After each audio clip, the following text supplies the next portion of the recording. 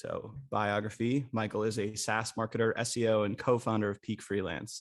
He's worked with brands like Shopify, Help Scout, ManyChat, and Writer to create kick-ass content. All right, take it away, Michael. Thanks for the lovely intro, Alex. It's nice to be back because I was on the Long Game podcast and we had a good time. So thanks for having me back. And I will get kind of right into the talking points today. So today we're going to be chatting about. Let me just get my presentation up.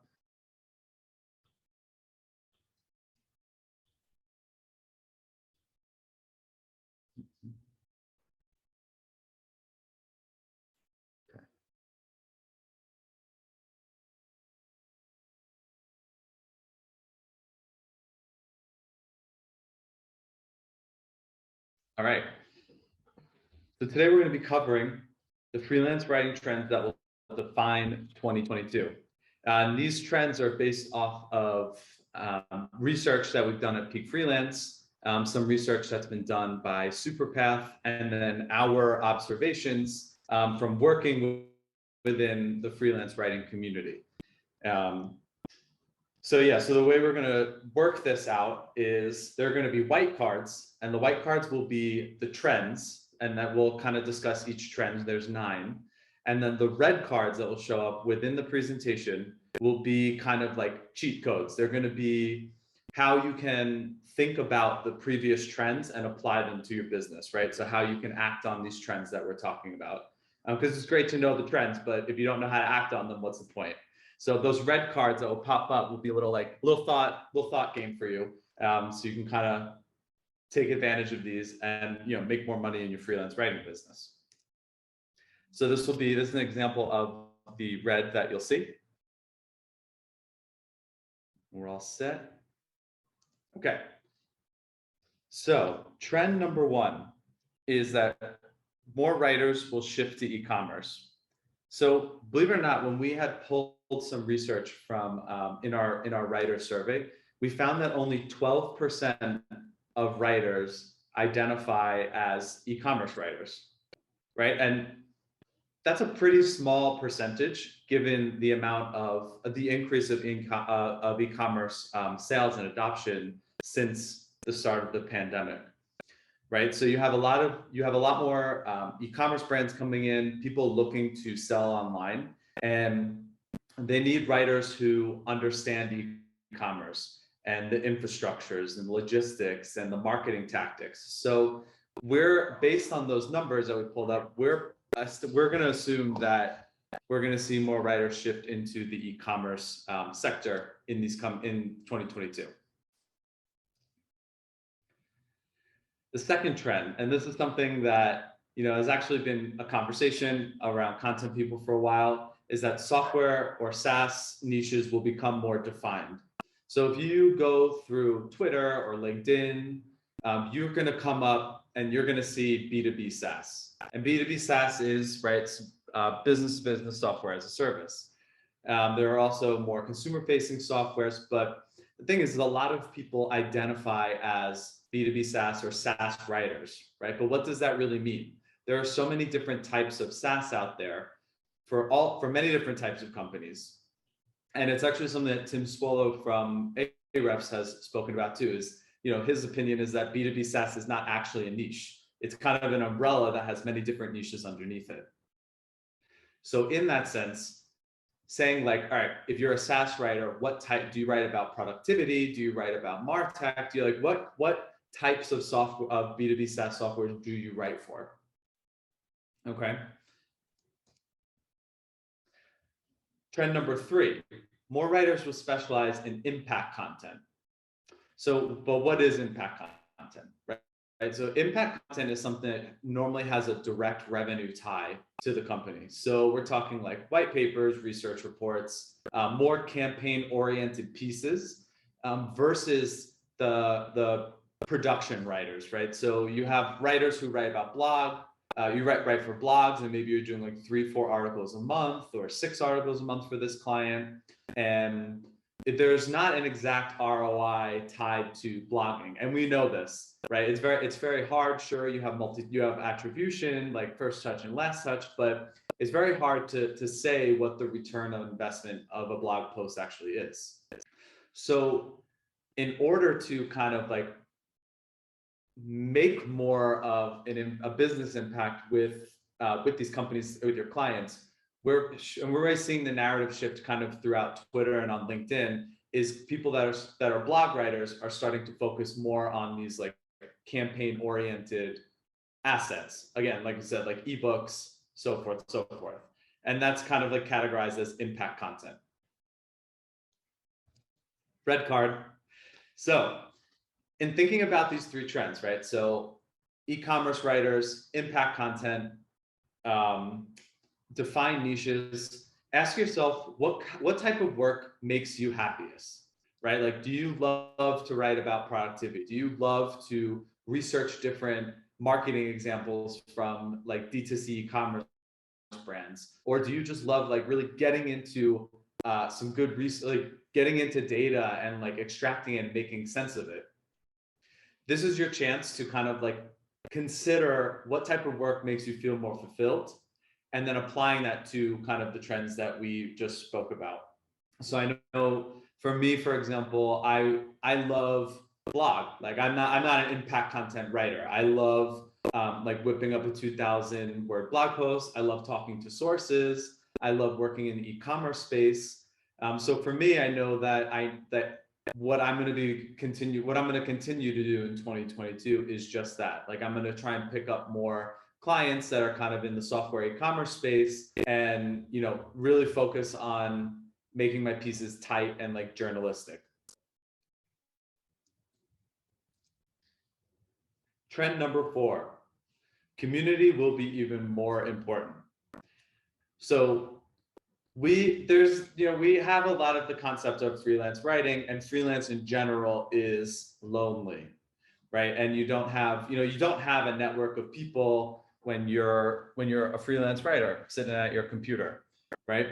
So community is a good way to, one, network, but is also a good way to practice social learning, right? So if you take a course inside of this group, you can discuss it with peers, right? And kind of like jive on who's learning what, like what did you catch from this? What did I catch from this? And coming together with other like-minded people. And that, sure, like that makes you less lonely, but it also helps you improve your business skills, right? Like if you're in a community, a Slack community with a couple hundred people, a couple thousand people, there's no shortage of people that you can lean on or ask questions to, or get answers to your get questions to your answers from. And you never know, you might make a friend, right? For example, in Peak Freelance, we do one-to-one meets. So each month, members will sign up, and a bot will connect people based on their interests and types of writing that they do and what else they like to do outside of writing, and it pairs everyone together, and there you go. You just made a new friend, a lot less lonely. You have someone that you can just message in Slack, shoot the shit with, have some fun, ask business questions. Hey, like maybe you can even pass some work off to them, or vice versa. There's a lot of elements of community outside of just, getting new jobs that I think will play an even further part in freelance writing this year and moving forward. Trend number 5, more writers will build personal brands. So this is something that we're seeing across Twitter. And I'm not sure if this is like pandemic related, but it's definitely been kind of parallel to in the recent 2-3 years now.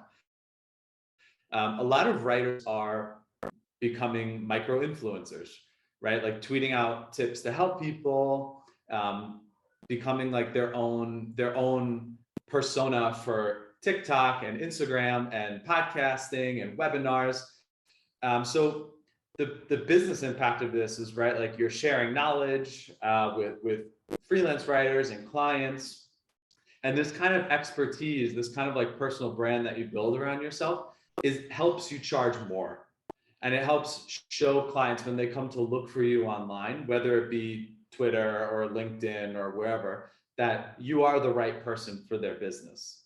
So these kind of people who are building personal brands out there are making an impact, and they're able to kind of like build an influence and alongside that, it kind of can push you off of just working off client income, right? Because if you build up a big enough following, you could pick up sponsorships. If you have a newsletter from brands, maybe like Ahrefs or SEMrush or whoever is like relevant to your audience. And you can also start kind of like building out more like digital assets, a course, a checklist, have you be it, whatever you decide to do, whatever your topics you talk about, you can create different types of assets that you can earn passive income off of.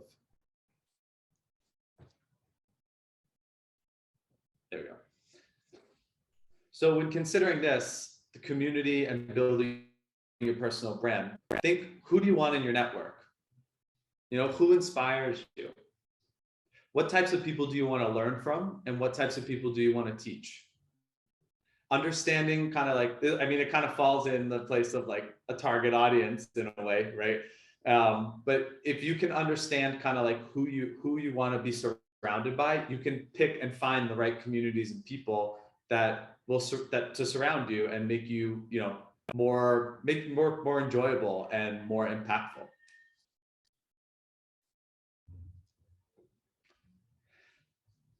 Trend number 6, brands will hire refresh services. So if you haven't heard the conversations yet out in the interwebs, brands have a lot of content, right? Like we all know, like brands are constantly producing new content. We're talking thousands of URLs on some of these enterprise blogs. And what happens when some of that content dies, right? Like it falls off page 1, goes into 2, 3, maybe it never even ranked in the first place.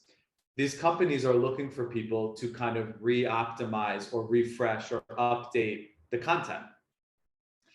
So there's only so much new content that someone can produce until they have to look back and say, all right, like this is not what's working. How can we fix these up and make them better? So given the general conversations that have been happening over the past year, I suspect that more brands will be hiring for refresh services. So if you are a writer and you only are writing net new content, this could be a nice service package to offer alongside your net new writing services. Trend number 7, in a similar vein to content refreshing, writers will also sell repurposing packages. Okay, Twitter threads, huge right now. How much extra could you probably charge alongside a blog post to make it a Twitter thread for your client also? Or, turning podcasts into blogs, videos into blogs. There's a lot of content that brands are creating that can either be turned into blogs or vice versa. Blogs can be turned into these other things. And they need help with that distribution and that type of repurposing. So I think throughout this year, and again, years moving forward, we'll start to see people hiring more for repurposing or looking for writers that can also repurpose content from their blogs or from other assets into their blog.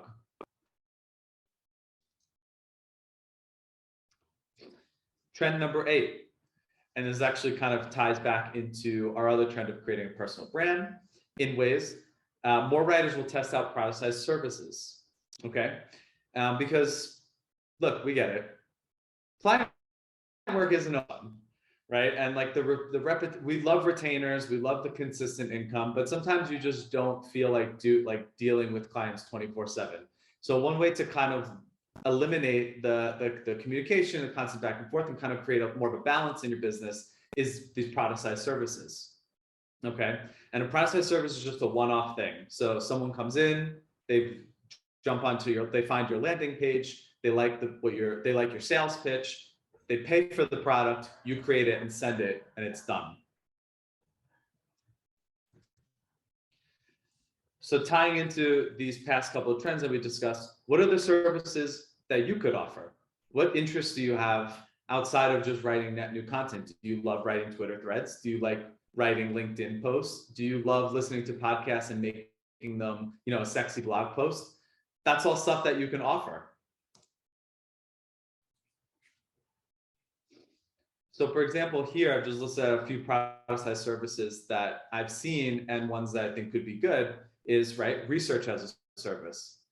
For busy writers who would love a research packet, like research given to them, but whether it be research that you create from scratch or compiling statistics and examples.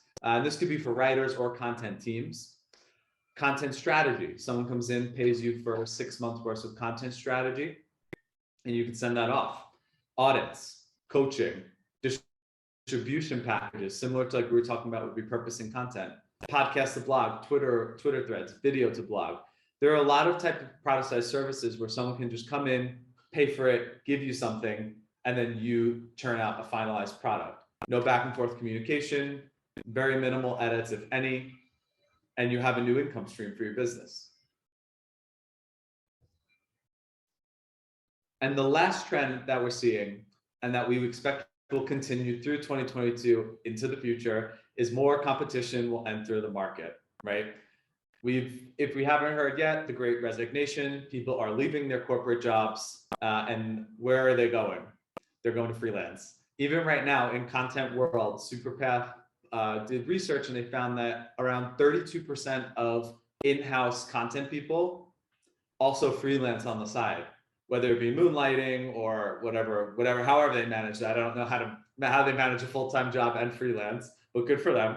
But if 32% of those people are already doing freelance stuff, and then you have this Great Resignation where people are leaving their 9-to-5 jobs and they're going out on their own, competition in the market is only going to become bigger. It's only going to become more competitive to be a freelance writer and a good freelance writer. So the question you got to ask yourself when more competition comes up into the market, how will you differentiate? And the answers are there right for you.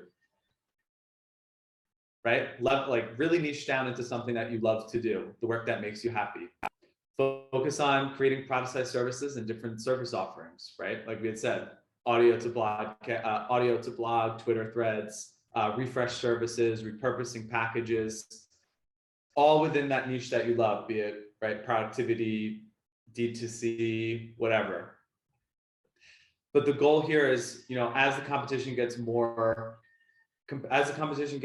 hotter, you want to become more defined into exactly what you do and be the person that people come to for that problem.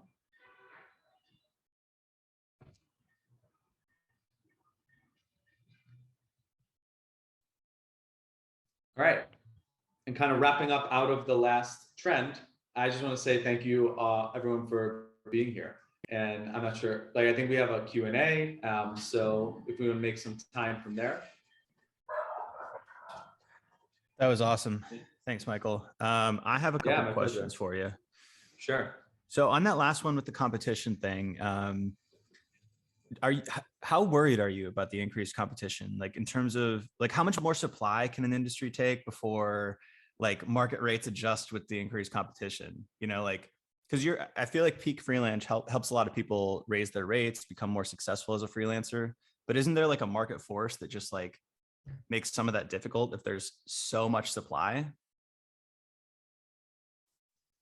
Yeah, I mean, so I think in this sense, there's always enough supply. I mean, anyone can go to Upwork and find words. You can get words. It's just a matter of how good you want those words to be, or the strategy or the thought that actually goes behind those words. But here, the competition I'm seeing is we're actually more strategic people are coming out of these freelance content roles that have more experience working within content teams than the standard freelance writer. And that's a clear knowledge gap there. And that's a lot of reasons why there is some exchange between freelance writers who go in-house to learn these skills and people who come from in-house to freelance to supply those skills for people.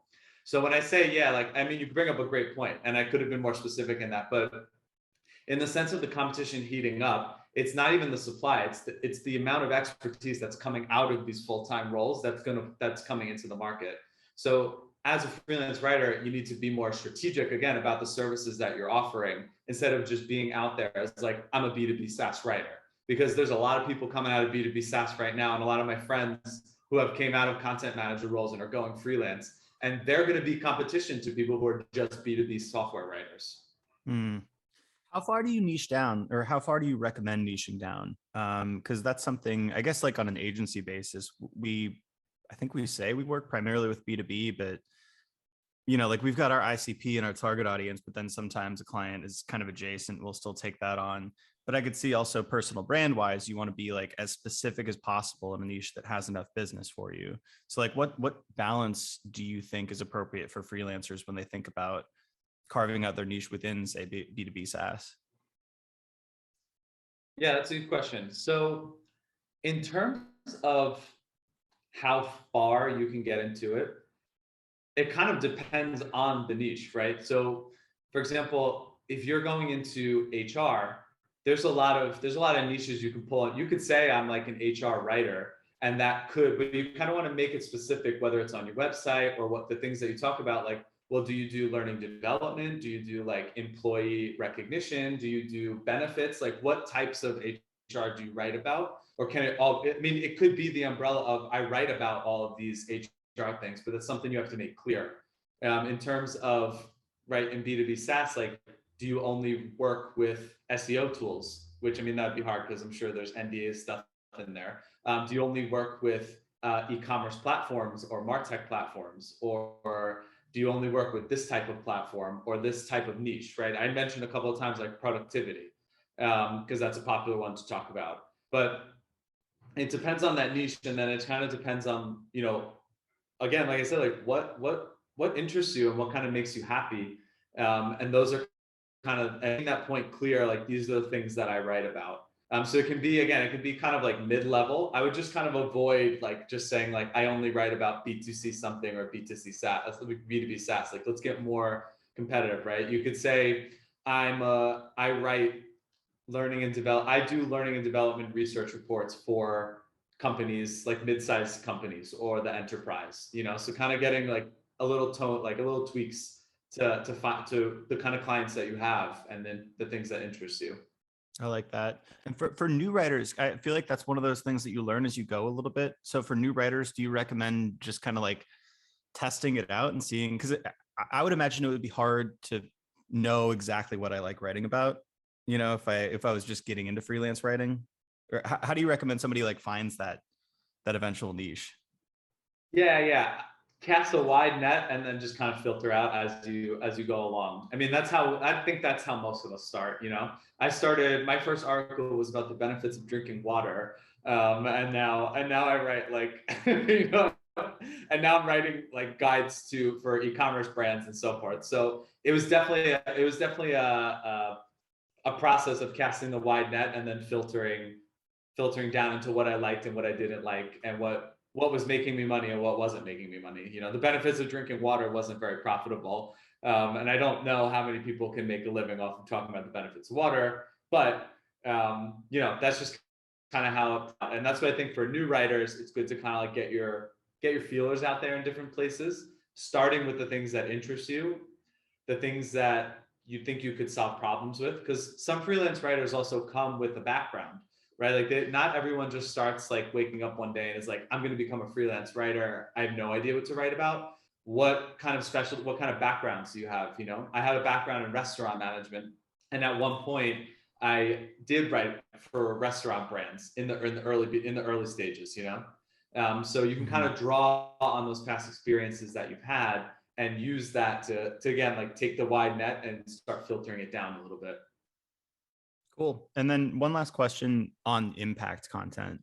So that trend interested me because we bill ourselves from our agency as, going for the top line. Like we're going to align ourselves to KPIs and the things that matter for your business. Do you think with this type of content, do you see a need for writers or an opportunity for writers to build out kind of more analytical skills to be able to report on this stuff, figure out what the ROI of a piece of content is, tie back the results to a blog post or an ebook or a white paper, or is this more like you would just focus in delivering this type of content? I guess I'm trying to like parse out where the big opportunity is in this space. Yeah, I mean, I think from just a writing perspective, be it blog, case study, or I guess you could actually group case studies under impact content in a way, because they are part of campaigns. But I mean, having at least some basic analytical knowledge is helpful. The problem is it depends on those companies that you're working with. Some companies won't give you access. So even if you do have the analytical knowledge, if you're producing for some enterprises, you don't get access to their analytics, to their Google search. You might just be getting a brief and working within the content team, and then they track that. You know, you can always ask for the results, so you can kind of use that in your portfolio. But you know, there's also a place for understanding, at least at a basic point, like how to track conversions and how to understand traffic metrics and conversion metrics through Google Analytics, regardless of the type of writer that you are. You know, I'm not a Google Analytics professional or a search. I'm not like a certified search analytics person, but I do have enough understanding to where like I can say this is how much impact something had, and I can say to a content team like, hey, like how are we tracking the success of this? Even that question there just shows that you care, and it shows that, you know, you have an interest in making an impact on that company's metrics, regardless of the type of content that you create for them. Nice. I love it. Thanks so much, Michael. That was an awesome presentation. Yeah. Appreciate it. Thanks for having me, Alex. I love being here.